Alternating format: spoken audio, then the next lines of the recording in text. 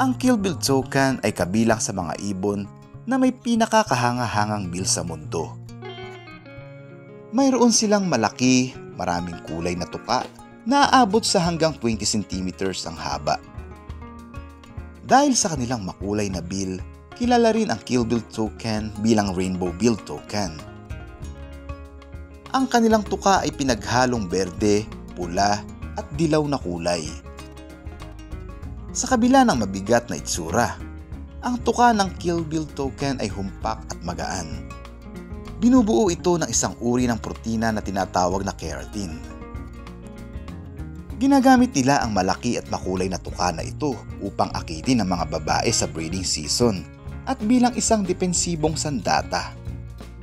Ang magandang ibong ito ay naninirahan sa kagubatan sa Central at South America. Mayroon silang haba na 20 cm at tumitimbang hanggang 4 kg. Ang kanilang mga balahibo ay halos itim na may dilaw sa parting lalamunan at dibdib. Ang mga Kill Bill Toucan ay mga poor flyers dahil sa kanilang mabibigat na pakpak. Maaari lamang silang lumipat sa pagitan ng mga sanga ng puno sa pamamagitan ng paglukso. Ang mga ibong ito ay very social birds. Bumubuo sila ng maliit na kawan na naglalaman ng hanggang 30 ibon. Nakatira sila sa natural o sa ginawang mga butas sa mga puno ng woodpecker. Ang kanilang dieta ay pangunahing binubuo ng mga insekto, butiki at itlog. Thank you very much mga katrops! May nais ka bang ibahagi na kaalaman tungkol sa video na ito?